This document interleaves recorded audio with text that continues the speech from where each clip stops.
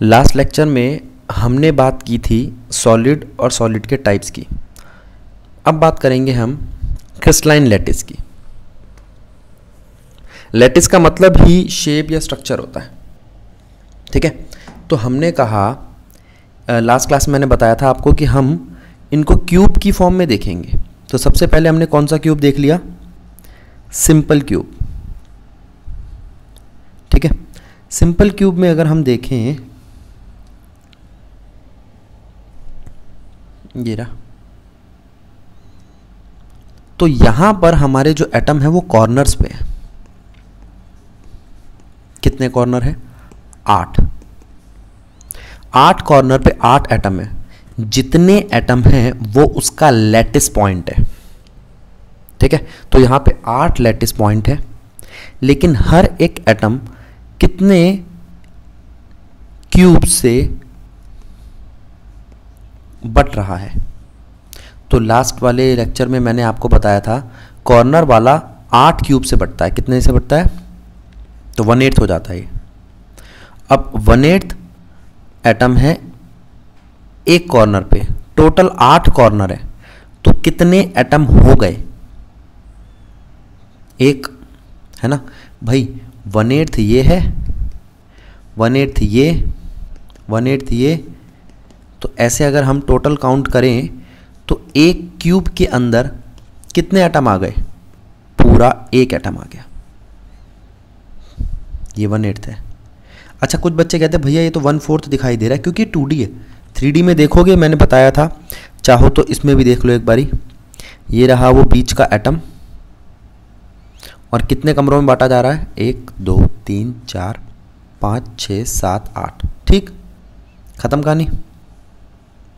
दूसरा, body centred cubic cell, ठीक है। इसके अंदर क्या होगा? पहले आप क्यूब बना लो,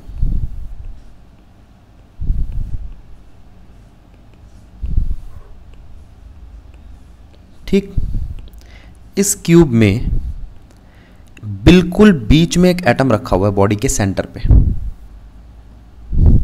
ये कॉर्नर्स है। कॉर्नर्स तो प्रिमिटिव हैं बेटा। ये जो सिंपल क्यूबिक था इसका नाम एक और है, प्रिमिटिव।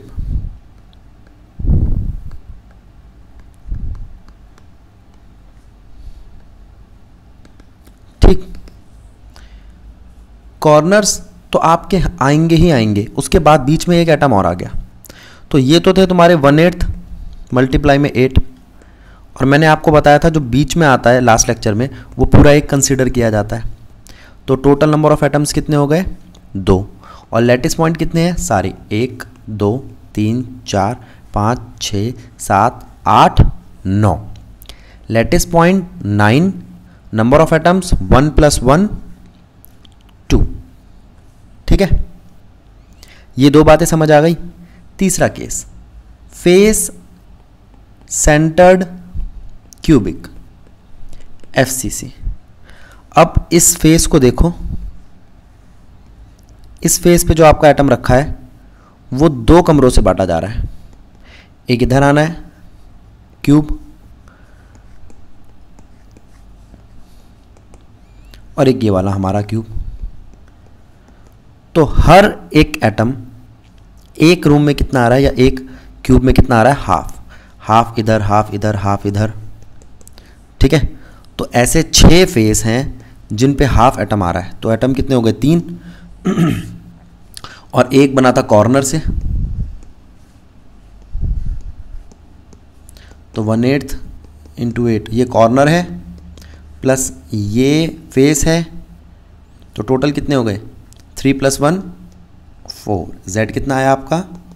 4। ये देखो, ये लिखा number of atoms Z = 1 + 3 which is equals to 4, ठीक। खत्म कहानी। लैटिस पॉइंट कितने हैं आपके? 8 कॉर्नर, 6 फेसेस, 14 लैटिस पॉइंट है आपके, ठीक है। तो लैटिस पॉइंट मिल गए, नंबर ऑफ एटम मिल गए FCC के। एक और केस है एंड सेंटर्ड क्यूबिक। इसके क्यूब के एंड पे होते हैं, या आप यूं कह सकते हो इसके साथ वाले जितने भी 4 ऑल्टरनेट फेसेस हैं उन पे कोई एटम नहीं होगा। ठीक है, इस वाले के भी देख लो। अब आप कहो भैया हम तो ये दोनों नहीं लेंगे, हम तो ये दोनों लेंगे, तो भी यही केस आएगा। इनके साथ वाले चारों कॉर्नर्स पे कोई एटम नहीं होना, चारों फेसेस पे कोई एटम नहीं होना चाहिए। तो ये ऑल्टरनेट पोजीशन पे है, एक इस पे यहाँ नहीं, फिर ये, या यहाँ से देख लो, यहाँ पर है अगर एटम तो उसके पीछे वाले पे नहीं, यहाँ पर है। इधर से भी देख सकते हो, नीचे से भी देख सकते हो, कहीं से भी देख लो, आपको यही मिलेगा कि एक तरफ से है और दूसरी तरफ से नहीं। ठीक है, मतलब एक पर एटम है, फिर दूसरे पे नहीं, फिर तीसरे पे एटम है, तो इसे कहते हैं ऑल्टरनेट पोजीशन पे। नाम क्या है? And centred cubic. Lattice point 8 corner और 2 10, 8 corner 2 faces. Number of atoms corners के तो वही हो गए, 1/8 एक कॉर्नर पे है, उसको 8 से मल्टीप्लाई करेंगे तो 1 बन जाएगा। और यहाँ फेसिस पे हाफ है, उसको 2 से मल्टीप्लाई करेंगे तो 1 वो भी बन जाएगा। ठीक है, तो नंबर ऑफ एटम्स इसके और इसके बिल्कुल हाफ हो गए हैं।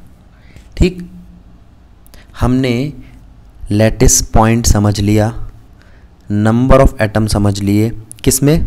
Simple cubic, body centred, face centred cubic और एंड सेंटर्ड क्यूबिक। कोई दिक्कत? आगे चले? चलो, ये बता चुका हूं मैं number of atoms. Coordination number. Coordination number का मतलब होता है कितने नंबर ऑफ एटम्स एक साथ हैं। मान लो ये एटम है, तो इससे कितने एटम, या यूं कहो कितने एटम इससे फिजिकली टच कर रहे हैं। अगर मैं आपसे पूछूं इस बीच वाले एटम के क्या कोऑर्डिनेशन नंबर है, तो आप कहोगे 4। दिख रहा है? बीच वाले एटम का कोऑर्डिनेशन नंबर है 4। ये देखो, ये रहा। तो वो कहता है सिंपल क्यूबिक, बीसीसी, एफसीसी का कोऑर्डिनेशन नंबर कैसे निकालोगे। अगर यहां देखूं तो सिंपल क्यूबिक का कोऑर्डिनेशन नंबर दिखता है 2, लेकिन ये तो 2D है। बीसीसी का दिखता है 4, वही दिक्कत है, हम सिर्फ एक ही तरफ से देख रहे हैं, एक फेस से, तो यहाँ से जज नहीं हो पाएगा। थोड़ा सा इसको 3D में कन्वर्ट करने की कोशिश करते हैं। मान लो ये कॉर्नर है सिंपल क्यूबिक का, और अभी जो पीछे दिखाया था कि एक यहाँ पर एटम रखा होता है, एक यहाँ पे एटम होता है, एक यहाँ सामने एटम होता है, तो 1 2 3 एटम तो इसके इसी क्यूब में आ गए।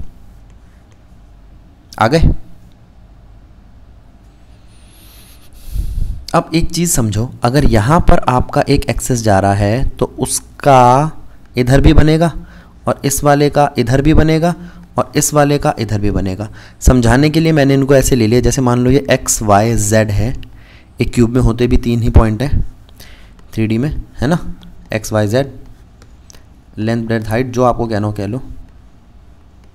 ठीक है, तो उसमें x का -x, y का -y और z का -z होगा। और कोऑर्डिनेशन नंबर क्या आ जाएगा? 1 2 3 4 5 6। कोऑर्डिनेशन नंबर क्या आ जाएगा आपका? 6। ठीक है, क्लियर? ऐसे ही सिंपल इसमें देखो बीसीसी में, इसमें तो समझना बहुत आसान है। क्यों? जो आपका बीसीसी स्ट्रक्चर था ना, ये वाला, इसमें जो बीच वाला एटम है,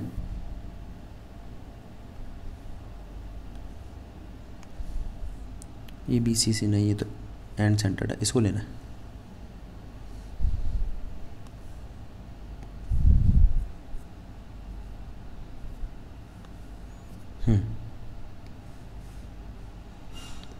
इसमें जो बीच वाला एटम है ना, ये इससे इससे ये सारे कॉर्नर से फिजिकली टच करता है। ठीक अभी इसका 3D देखेंगे हम तो ज़्यादा अच्छे समझ में आएगा। एनसीईआरटी ने बनाया, काफ़ी अच्छा है। तो ये 8 एटम जो कॉर्नर्स पे हैं वो बीच वाले एटम को टच करते हैं तो कोऑर्डिनेशन नंबर क्या हो गया हमारा 8। ठीक है, तो बीसीसी का कोऑर्डिनेशन नंबर है 8। एफसीसी फेस सेंटर्ड क्यूबिक का कोऑर्डिनेशन नंबर कैसे देखोगे? ये रहा आपका एक फेस जिसमें बीच में एक एटम फंसा है 4 कॉर्नर्स के। तो भैया 4 तो आपके कॉर्नर है, चारों कॉर्नर्स के बीच में फंसा ये एटम।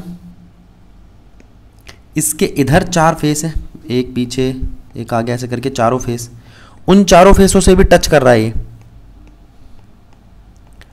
और इसके इधर भी 4 फेस है।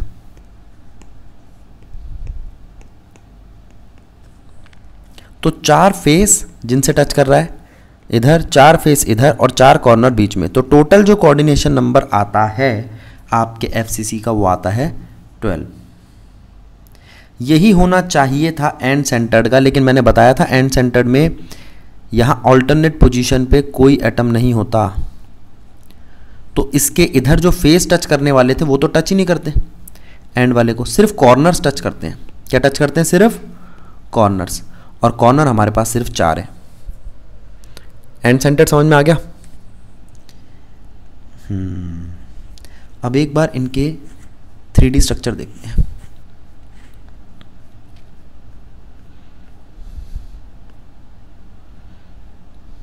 देखो, इस चीज को समझा चुका हूं मैं।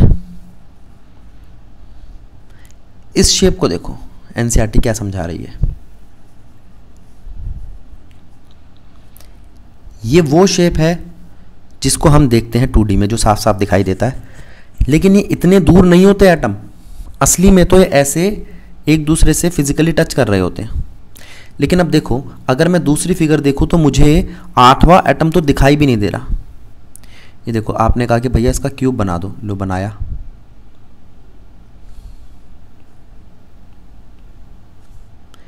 ये बनाने की कोशिश कर रहे हैं हम एक ऊपर स्क्वायर, ऐसे ही नीचे बनेगा, है ना, तभी तो ये क्यूब बनेगा। लेकिन वो पीछे वाला एटम मैं नहीं बना सकता, 3D में दिखाई नहीं देता। ठीक है, इस वजह से हम इसकी मदद लेते हैं 2D में 3D को दिखाने के लिए, लेकिन ये ऐसे फिजिकली टच कर रहे होते हैं। अब मैं आपसे ये कहता हूँ कि ज़रा इसमें कितने एटम टच हो रहे हैं वो देखो, 1 2 और नीचे ये तीसरा, ये 1 एटम है, ये 2 एटम है, ये 3 एटम है, जो इस यूनिट सेल में इस एक पर्टिकुलर एटम से टच हो रहे हैं। और सारे यूनिट सेल अगर आप बनाओगे तो ऐसे कितने हो जाते हैं? 6। इसलिए सिंपल क्यूबिक का कोऑर्डिनेशन नंबर क्या निकल कर आया था? 6। अब ये बड़ी अच्छी फिगर बनाई है एनसीईआरटी ने। इस फिगर में ना आपको ये दिखाई देगा कि 1/8 क्यों बोला था मैंने। देखो, ये जो हिस्सा है ये 8वां हिस्सा है कि नहीं? क्लियर? चलो, ये वाली बात भी समझ आ गई। ये बना आपका सिंपल क्यूबिक। अब दूसरा देखो, बॉडी सेंटर्ड क्यूबिक।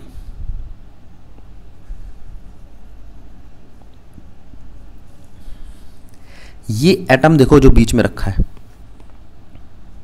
8 कॉर्नर्स के साथ चिपका हुआ है।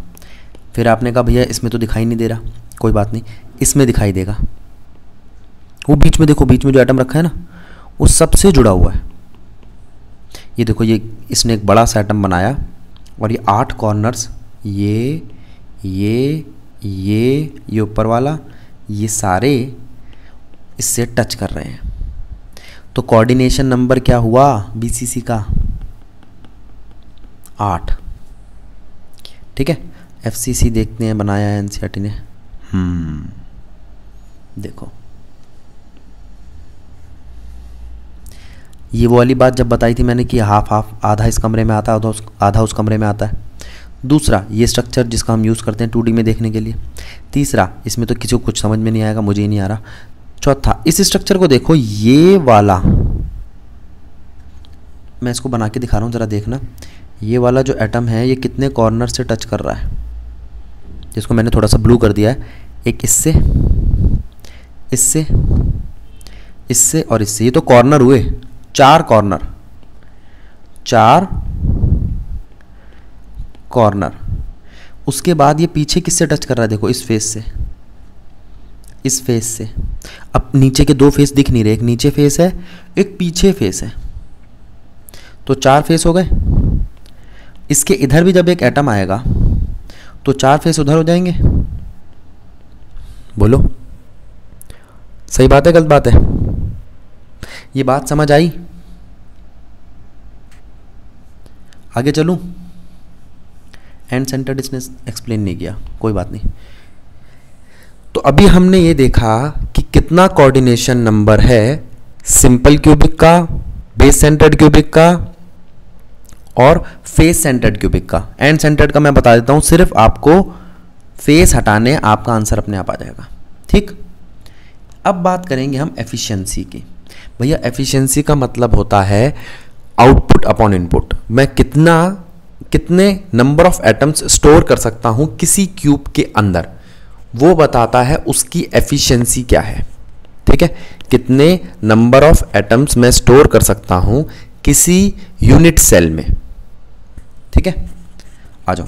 तो यहां आउटपुट जो होगा आपका वो होगा वॉल्यूम ऑफ एटम्स, और जो इनपुट होगा वो होगा वॉल्यूम ऑफ क्यूब।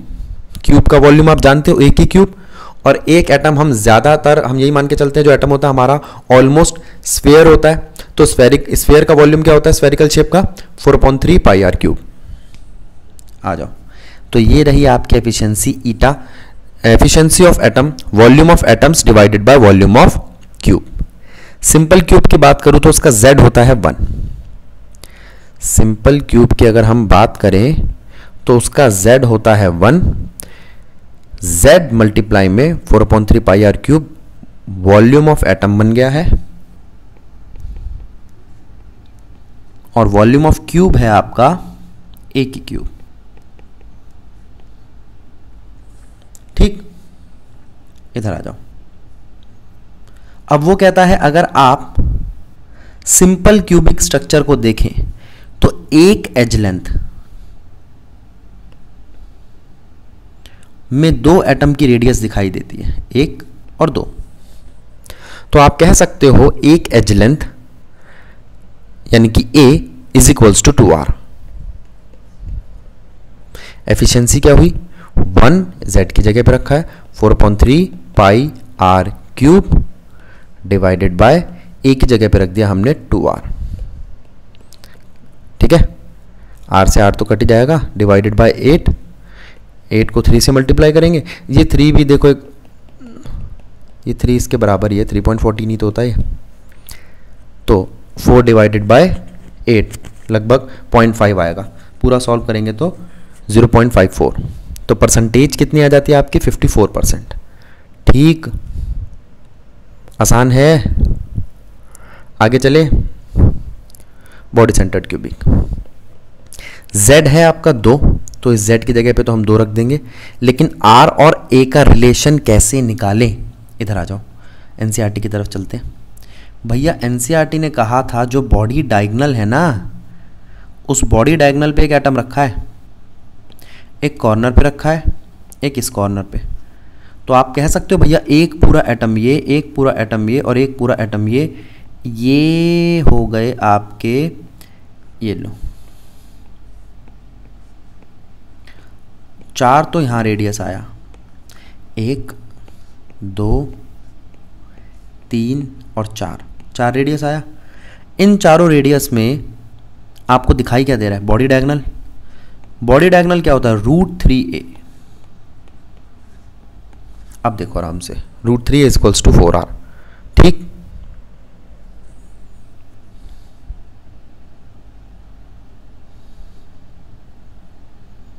ये देखो, ये समझाने के लिए मैंने कलर चेंज कर दिया था। आपको बड़े बड़े एटम दिखाई दे रहे हैं 3।